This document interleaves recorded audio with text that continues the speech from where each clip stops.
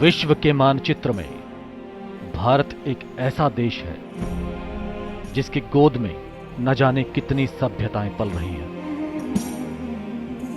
हर एक सभ्यता एक अलग एहसास कराती है।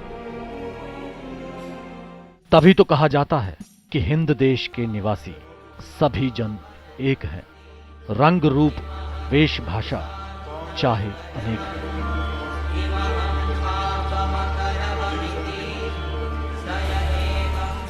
कोई हिंदू, कोई मुस्लिम, कोई सिख, कोई ईसाई, कोई बंगाली, मराठी या फिर कोई गुजराती।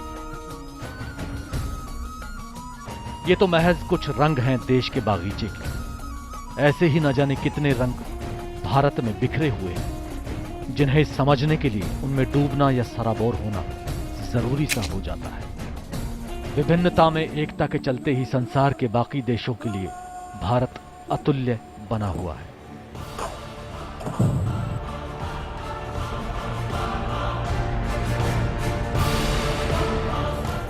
सभी धर्मों के प्रति समभाव रखना और एक दूसरे का आदर सम्मान इस देश के नागरिकों की संस्कृति में रचा बसा है।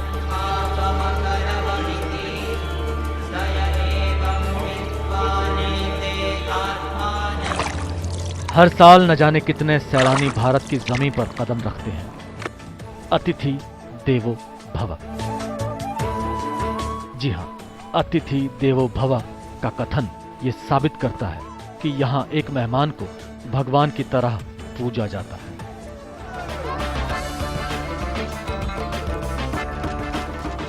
प्रेम और आदर का यही भाव सैलानियों को भारत की ओर बार बार खींचता है। यही वजह है जो परदेसी भी यहां बार बार आना चाहते हैं और यहीं के होकर रह जाना चाहते हैं। यहाँ के नज़ारे, यहाँ की संस्कृति और त्योहारों का देश कहे जाने वाले भारत की एक रूपता को बयां करना सैलानियों के लिए आसान नहीं होता।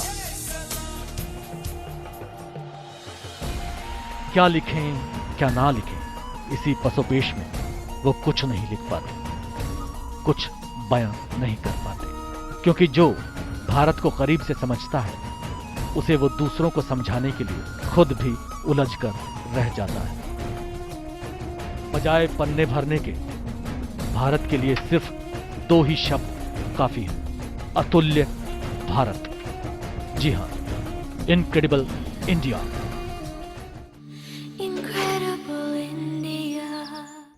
अर्थात जिसकी किसी से तुलना ना हो सके। लेकिन इस अतुल्य भारत के सीने में कई ऐसे जख्म भी हैं जिनका जिक्र आते ही आंखें गुस्से से भर जाती हैं।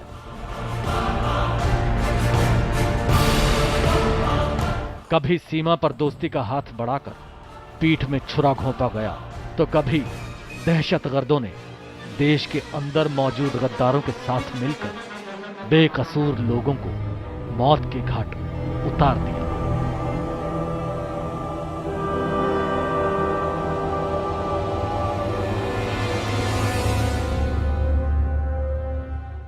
कई जख्म आज भी ताजा हैं, जिनमें से एक है देश की संसद पर हमला।